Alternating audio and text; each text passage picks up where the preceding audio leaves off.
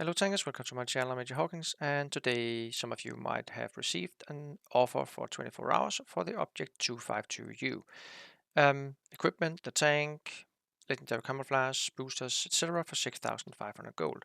Is this something you're supposed to buy, or what do you think? I would run shortly over the tank and do a couple of battles in it to see how it performs.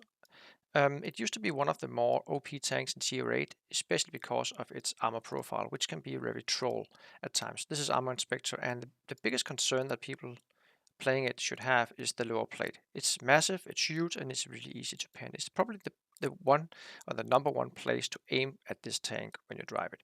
Most of you most likely already have driven it or been up against it when you're playing Tier 7, 8, or 9. Using your 6 degrees of gun depression, hiding your lower plate, it's really difficult to pin actually. So over to my garage. I don't have with the legendary camo, but I have this whatever camo on it. And let me just go into a regular battle and see how it performs.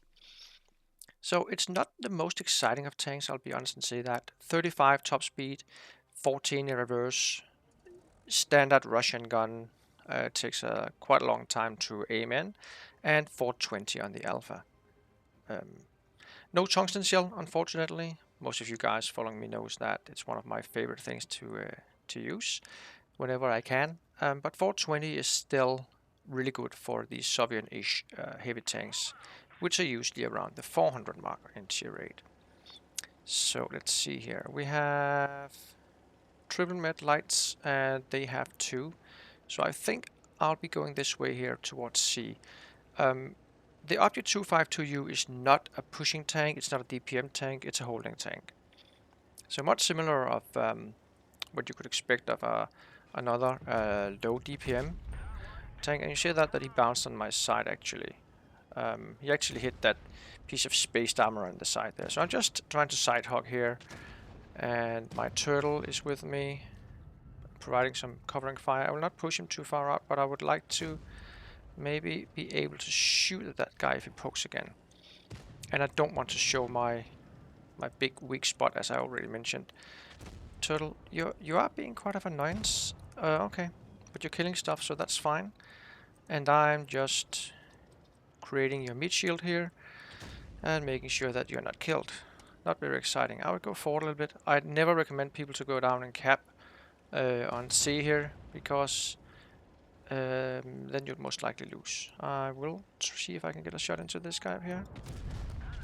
And there you see really weak lower plate where the Kyler just penned me. And I'll stay in C and hope that the turtle will create some cover fire for me while I'm capping. And I see that the B side, or sorry, the A side is going quite well. They already have one tank down on the opposite team. The Kyler is up there waiting for me, but my alpha is bigger. And if I go over here, he shouldn't be able to get a shot in on me. The Skoda can shoot me directly in my sight. Not too interested in that. Trying to give him a headshot there, and back down again. So I still have 2 TDs in the back here supporting me. And the golem is bleeding, and he should be a one-shot now. Let me see if I can get up there and there you see the Russian gun. It just takes a while to aim in. So now it's time to push up. I'm a little exposed here when I'm pushing up like this.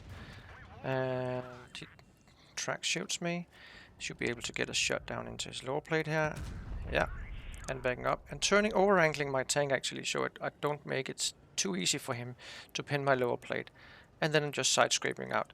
Not showing my lower plate too much, but just enough for him to hit it. And there you see again the aiming circle on this thing is not the best. So it seems like my team here is winning by large. And as with all other pike nose tanks, you don't want to angle too much up against your enemy. Just face up works fine. And because the angles on the front are very easy to pen, so I'm just gonna, yeah. I think he shot me in my hatch maybe, or he penned me somehow. Not the most exciting of games, and that is what the 252U is. I mean, it's a holding tank. make sure you have some decent support from your allies. Look at opportunities to do what you're meant to do, which is to use your armor profile and use that big hard-hitting gun of yours. And then, for God's sakes, make sure that you try to hide this part of your tank, because this is just an auto pen for most tanks, even in tier 7.